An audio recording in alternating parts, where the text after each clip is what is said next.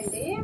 ఈరోజు మా ఇంట్లో ఉల్లగడ్డ తర్వాత వంకాయ దోసకాయ వేసి కర్రీ చేశానండి. మసాలా వేసి ముద్ద కర్రీ చేశానండి. తర్వాత వచ్చి గోంగూర పచ్చడి చేశానండి.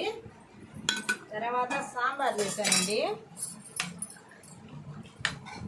అన్ని కూరగాయలు వేసి సాంబార్ చేశానండి.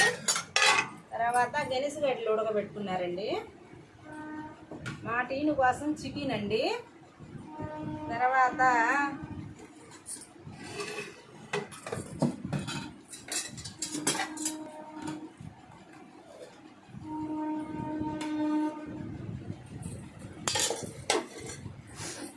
నెయ్యి అండి.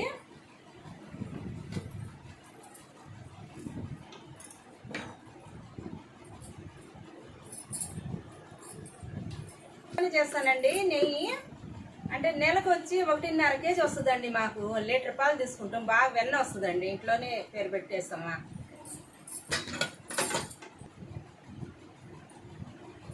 గోంగూర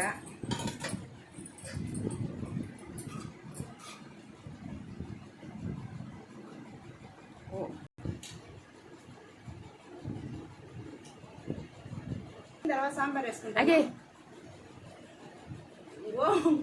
గోంగూర నెయ్యి భలే రుచిగా ఉందండి.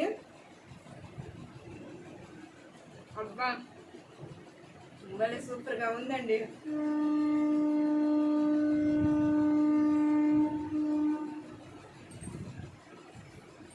ఉల్లగడ్డ